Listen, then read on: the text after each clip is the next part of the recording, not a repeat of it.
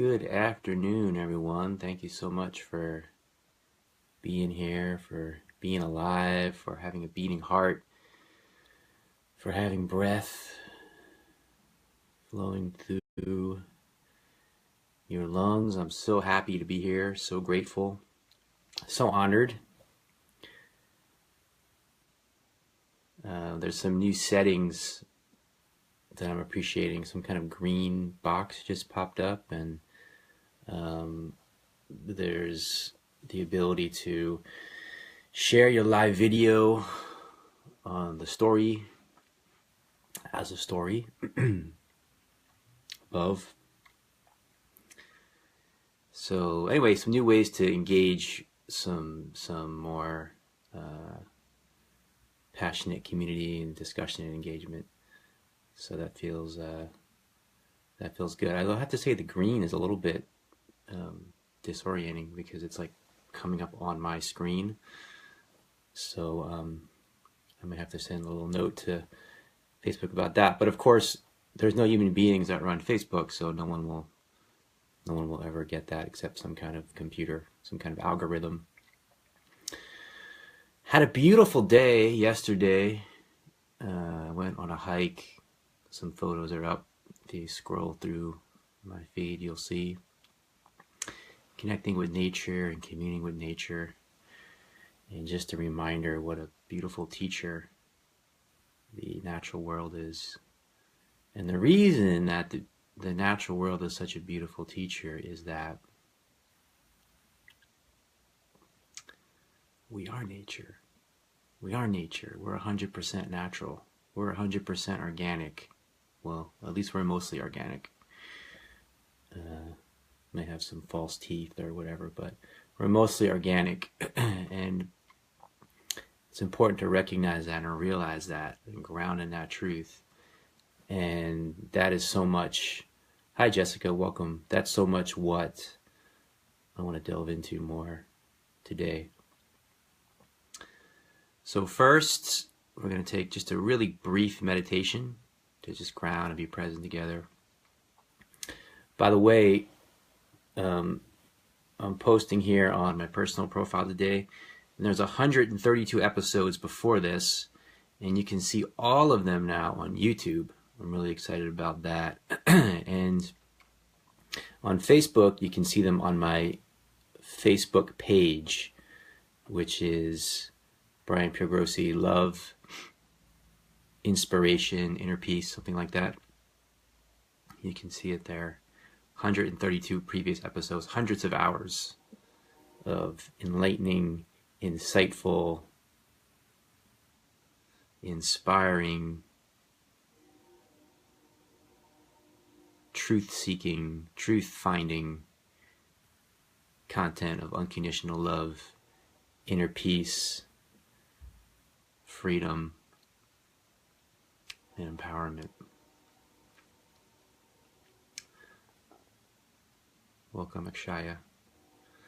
So let's take a deep breath. Inhale and exhale.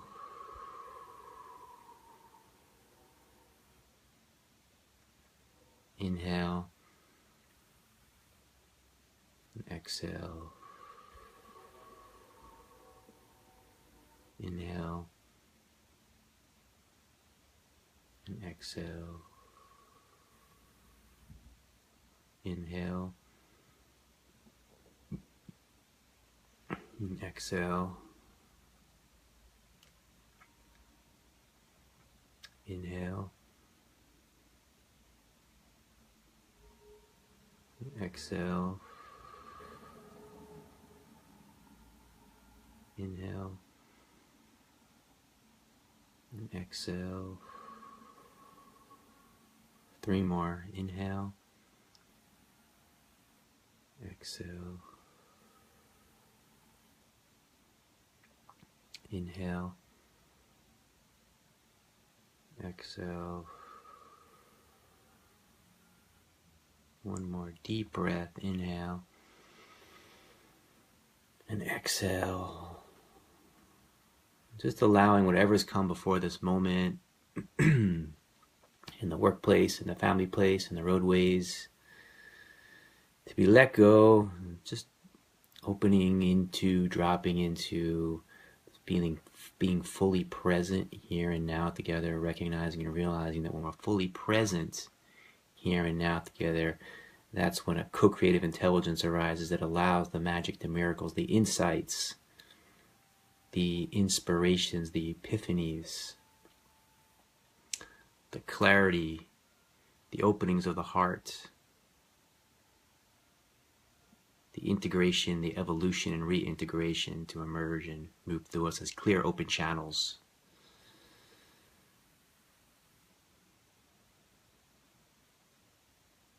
In a co-creative intelligence and a co-creative energy. So then what I'm sharing with words is what's being informed by all of us in the depth of our presence together. That's the intention. That every moment we move in this co-creative intelligence together, what I often call the unified resonant field. The unified resonant field. The unified resonant field is always the case, but the key is for us to open up in awareness through being deeply, fully present together to this unified resonant field, and then we're able to dance in it, to co-create with it, to participate in it. We're the poets that write the next line. We're the singers and musicians that play the next note together. And we can play the most beautiful music, we can write the most beautiful poetry together when we're present together, when we drop into this space of presence together. So everything that I'm really pointing to and speaking to is really about that, which is this, right here and now. So within that, there's this essence of really embracing all the parts of oneself, whatever arises in the moment, really wholly, fully embracing whatever arises in the moment. To be in the space of being completely open and available to the moment in an unconditional embrace of now, right? So all the parts of yourself, all the aspects of yourself, all the emotional range, all the thought stream, the full range of the thought stream, the full range of the physical experience, sensual experience, right? And that brings up a really important question, which is when it comes to spiritual pathway or spiritual journey, which can also be the religious pathway, the religious journey, why has there been so much repression, suppression,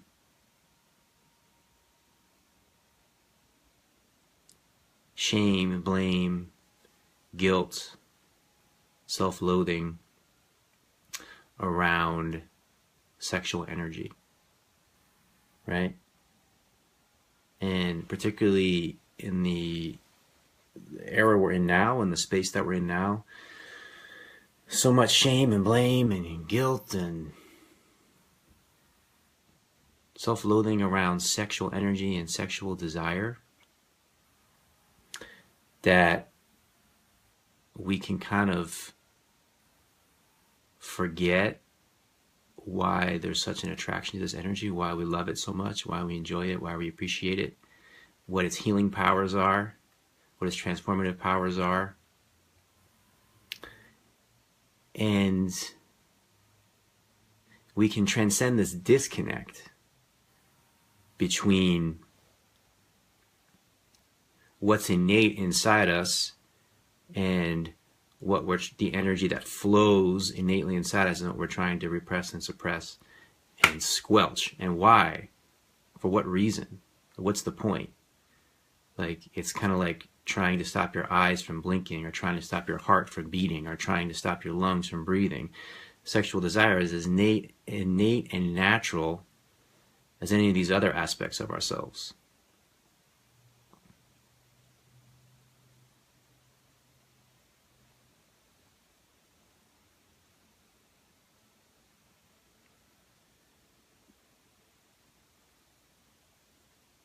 So this idea that repressing your sexuality or suppressing your sexuality or your sexual energy or your sexual desire is somehow going to bring you closer to God or bring you closer to heaven or bring you closer to Allah or bring you closer to anything is ridiculous. It's absolutely, totally, 100% ridiculous.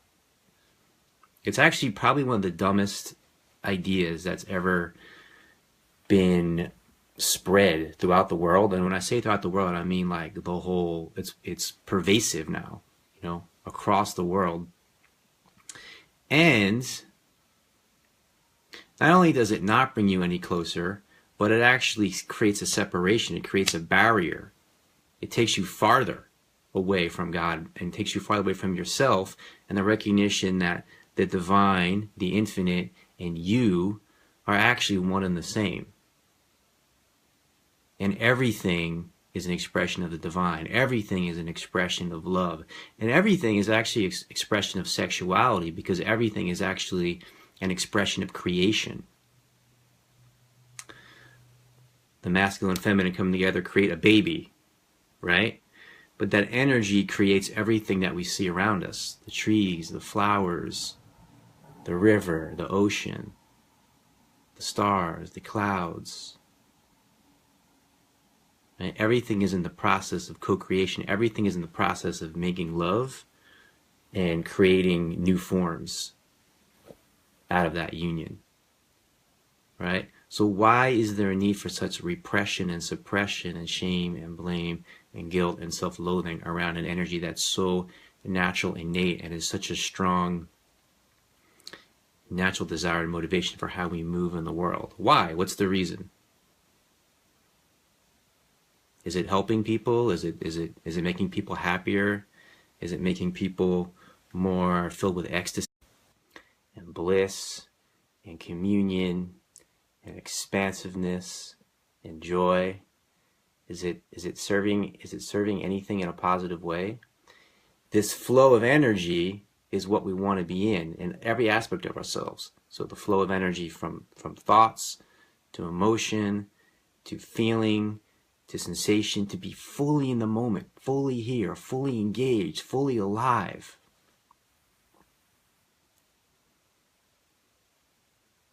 Fully now. Fully ourselves. You know, fully authentic.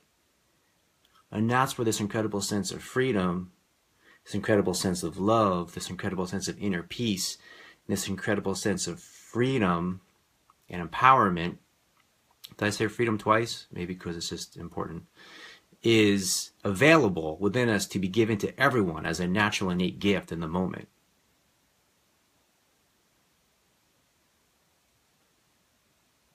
So it doesn't mean you have to do anything. I think that's one of the really interesting paradoxes about this. When you're in the flow of this energy, it doesn't mean that you have to have sex or have some kind of result or have some kind of expectation fulfilled. You're actually, you in the moment are fulfilled in and of yourself, just allowing the energy to flow through you. That's a really essential point. That's a contradiction from what the mind thinks it's supposed to be. Because see, when we're really like on the hunt to fill something that's lacking inside ourselves, is because we think we don't have it and we feel like we don't have it. But once we have it in the moment, we're fulfilled in ourselves in and of the moment. So another can be an amplification of that. You know, if I'm of a masculine essence or I'm of a feminine essence, and someone comes in, there's a polarity that can amplify the energy, shall we say, intensify the energy. But no one can ever give us what we don't already have inside ourselves. So there's a fullness, there's only when there's a fullness, when there's a completeness, when there's a wellness of being, when there's a wholeness of being in ourselves in this moment, can there be the beautiful, wonderful, shared, powerful, dynamic, shared sexual experience with someone else, with another.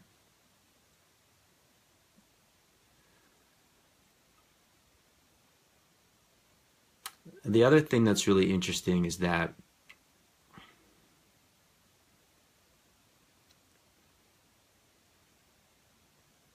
well, there's a lot of things that are really interesting. This may have to be like 2 videos, but I do see an area or reason why, when I really started to look into it deeply, this is more recently, why there's such a fear around sexual energy and sexual desire. And the reason is because there can be a loss of self. And this is where it ties directly into non-duality, into awakening, spiritual awakening, what could be called enlightenment, the realization of self.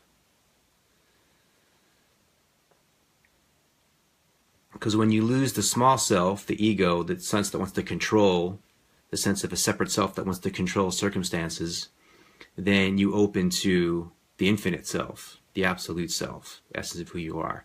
And when we are attached and identified to the ego, we're terrified of that. We're afraid of that. And sexual energy, sexual desire, orgasm, these spaces can bring that into being. So when you're in the fullness of the moment, you lose the sense of ego. And we're afraid of that. We're afraid of losing control. We're afraid of losing control, and yet underneath that, it's what we desire the most. It's what we want the most. We want to let go. We just want to let go. We just want to surrender. Right?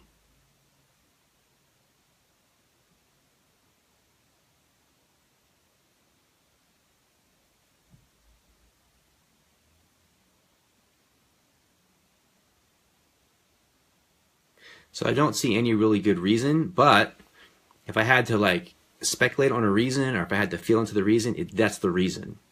There's actually the French term for orgasm is, there's a term that translates to English as the little death. The little death. So when you have this, it's beautiful because when you have this little death, which is really the death of the small self, the ego, the illusionary sense of separation, the illusionary sense of control.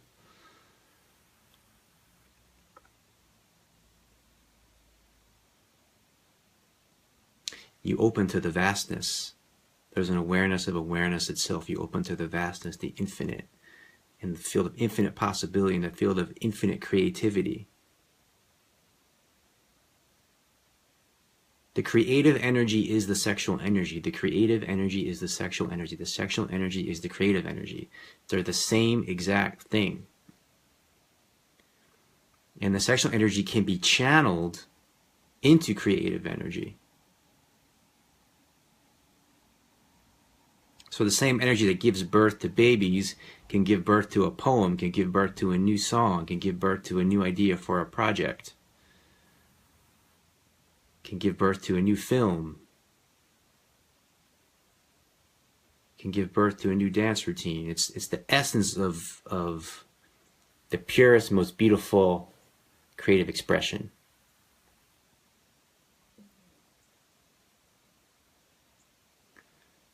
So,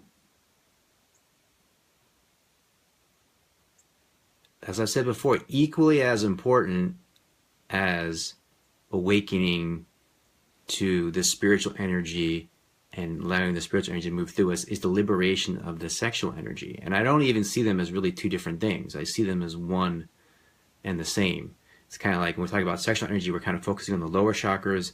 Talking about spiritual energy, we're focusing on the higher chakras.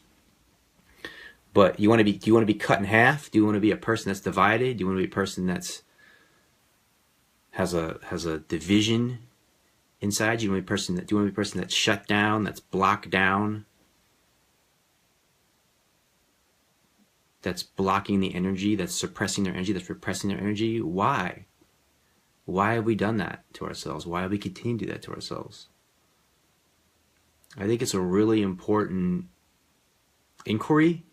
It's a really important conversation.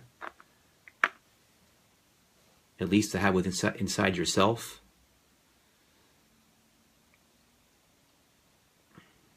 And I also feel that one of the reasons that we have such violence in the world right now is because we have such repression and suppression around sexual energy. So when the energy is like blocked and locked down, there's a sense of frustration. There's a sense of not feeling aligned, of not feeling connected to yourself. And there's a sense of anger that comes from that place. And needing to vent, in a way that's discordant.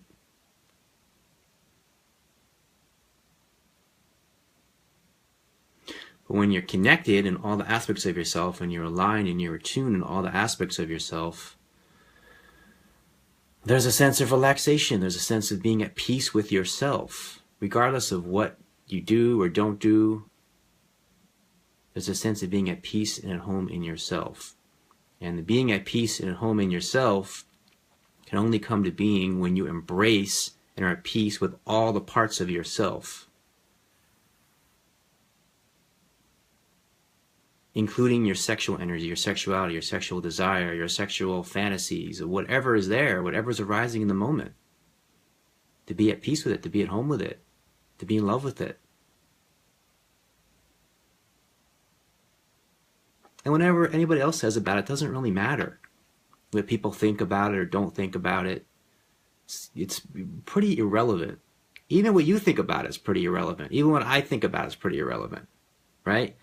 What I think about my own desires or feelings is kind of irrelevant. What's here is what's here. What's alive is what's alive. What's in this moment is in this moment. What's in now is in it now. Am I in the flow of the energy or not? Am I alive to this moment or not? Am I vital to this moment or not? Am I here and now or not?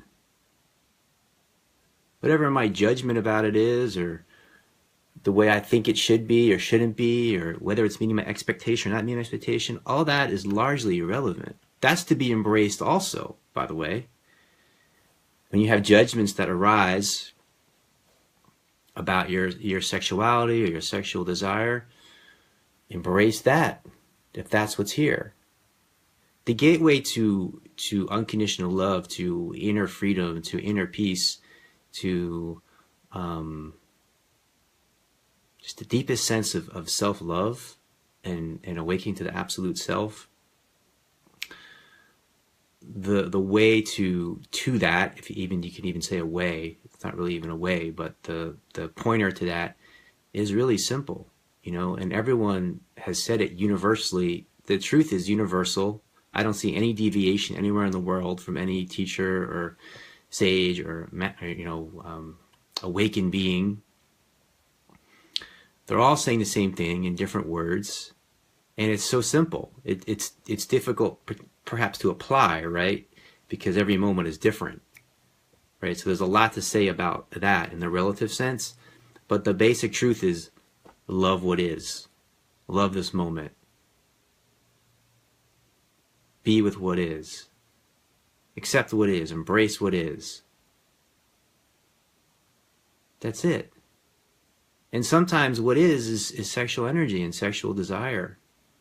So why repress it? Why suppress it? You think that's going to bring you closer to God?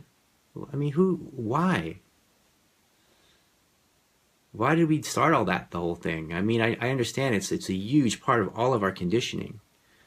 But it's something that really needs to be transcended and seen through. And that will bring about a really tremendous evolution in our consciousness, in our world. So I really honor and a lot of my friends on Facebook and social media and the tantric world or whatever other worlds, the artistic world, writers and artists and models and photographers and filmmakers and just anyone who's really on this path of bringing the integration into being of these energies, and putting an end to this separation and division between these aspects of ourselves. I really honor those people as heroes. You know, I really respect them putting themselves out and being pioneers and being on the edge of bringing that into being more and more. It's not what's most important. It's not what's most essential. Yet, when it's what's here in the moment, it is, right? So whatever is arising, to embrace it, to be in the flow of the energy in a really conscious and in a really conscious, aware, and awake way. And when you do that, you stay connected to yourself, and then you stay connected to who you're with. And when you don't do that, you disconnect from yourself, and you disconnect from who you're with. So if I'm a priest and I've repressed and suppressed my sexuality, and perhaps even my homosexuality, and I feel shame and guilt and self-loathing about it, or something that I'm trying to squelch or hide, it's still there. So now I've disconnected from myself, and that will come out in a really distorted way of sexual molestation with an altar boy or something of this nature, right? Because I'm not connecting to myself. I'm not whole in myself. I'm not honoring the flow of energy inside me. I'm not authentic with it. I'm not speaking to it. I'm not just honoring and embracing what I am and what's here and what's alive. So what I see in embracing what's alive and embracing our sexuality and our sexual urges, our sexual desires, is just a more loving, beautiful, connected, ecstatic, blissful, joy-filled world. And the last thing I want to say about it is to go back to the first point of like losing a sense of self. How when you're in the sense of sexual desire, in a sense of an orgasmic state, you lose the sense of self, right? And there's something, to lose a sense of self is to lose a sense of control, is to have to fully, completely let go. That's the practice. That's the practice, but that's the only practice there ever is. That is the only practice there ever is. So we're basically like letting go in each moment, letting go of control, the illusion of control, letting go of all the ideas of how it's supposed to be, letting go of all the sense of expectation, and then this moment becomes orgasmic, right? Not in a sense, in a very quiet, simple, still, clear sense, right? Kind of like being emptied out.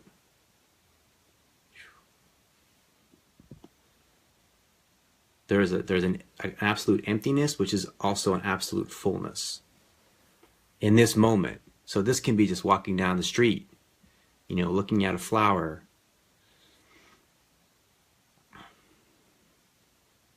watching ants on the sidewalk. It's an energy that's innately inside us in each and every moment. But there is something dangerous about it. There is something scary about it. And the last thing I want to say is to embrace that. To embrace that sense of danger. In life itself, the danger is going from the known to the unknown. The danger is going from the known to the unknown. When we know what's going to happen, we feel safe. But we're full of shit because we don't know what's going to happen. So there's actually danger in every moment. And I'm saying embrace the danger. Don't act like it's not here. Don't act like it shouldn't be here. It's what brings the sense of aliveness. It's what brings the sense of adventure. It's what brings the sense of passion. It's what brings a sense of curiosity. It's what brings a sense of inspiration, is the not knowing. And the truth is, you don't know. So stop acting like you do, right? I don't know. None of us know, right? All we know is what's happened in the past. But what's happened in the past is not what's going to happen in the future. And it's not what's going to happen right now. It's not what's going to happen in the next moment. So when we recognize and realize this, we can embrace the danger.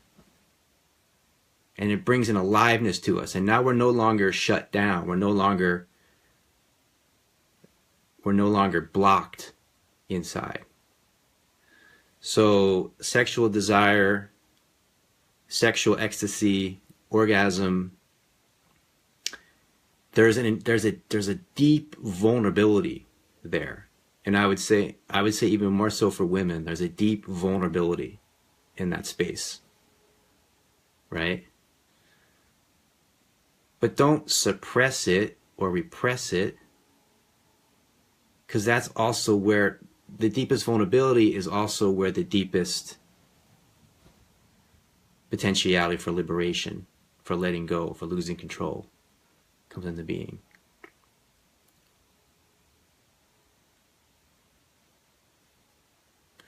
So when you feel connected to yourself, when you feel connected to whatever's arising in yourself, when you feel connected to sexual attraction, when you feel connected to sexual desire, when you feel connected to sense of danger, when you feel connected to a sense of losing control, when you feel connected to a sense of wanting to let go, when you feel a sense of not wanting to let go, but kind of wanting to let go, of feeling control, but wanting to lose control, when you have a sense of self-awareness and you can embrace whatever's arising, there's something that opens up, that transcends whatever the temporary condition is, or the temporary feeling or sensation is. And we open up to this essence of who and what we truly are.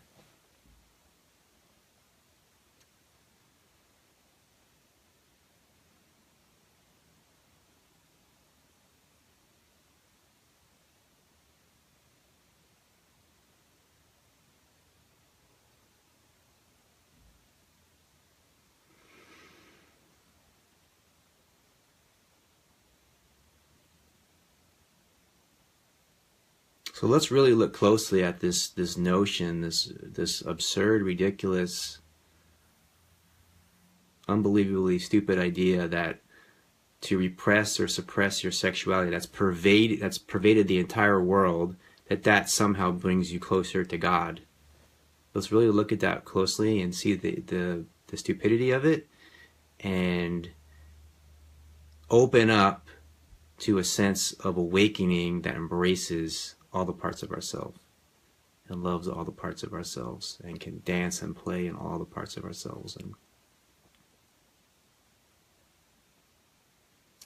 express that in the world, and open to a deeper sense of peace inside ourselves, of stillness inside ourselves, of silence, of rest inside ourselves, of self-love, of absolute self-love, of freedom, of empowerment, and share that energetically, vibrationally, just through being present with all who we come in contact with, moment by moment. Just celebrating ourselves, just celebrating the essence of who we are as spiritual beings and animal beings, and the integration of all those components of ourselves. So thanks so much for being here. Wish you all a beautiful weekend. I intend to be back on Monday around the same time, 12 noon. Feel free to share thoughts, feedback in the thread, and also feel free to delve into the links I posted if you want to delve in deeper to things that I'm offering. Love y'all. See you in the next now.